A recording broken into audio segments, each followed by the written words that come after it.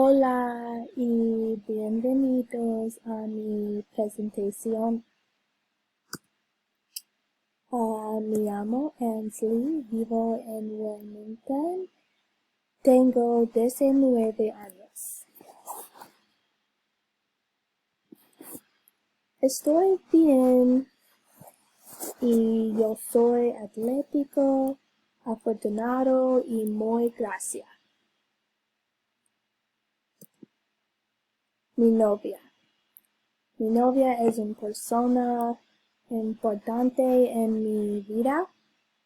Ella es graciosa, inteligente y simpático.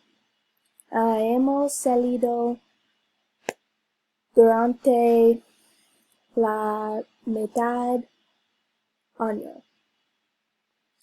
Estamos enamorados.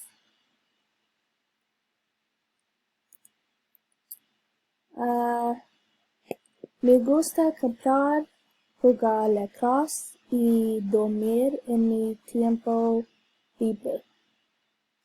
Me gusta comprar ropa mucho.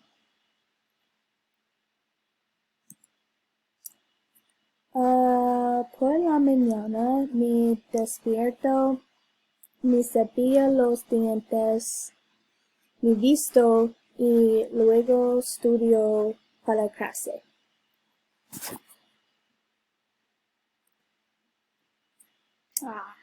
Me gusta barrer y aspirar.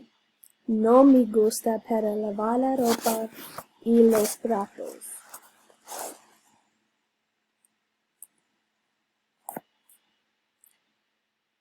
Tuve la gripe, tiene dolor de cabeza, fiebre y estaba cansado.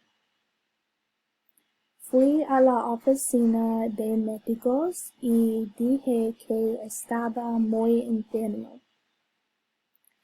El médico dijo que tomara medicamentos y relajara durante una semana.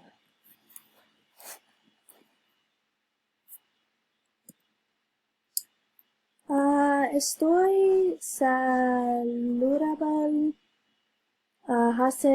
haciendo deportes y estando a dieta. Juego deportes y como mucha ensalada y fruta. No me gusta postres mucho.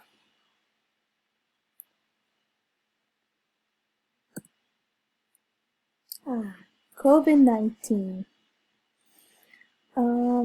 Estudio solo, hago clases en línea y no voy a fiestas. No fiestas.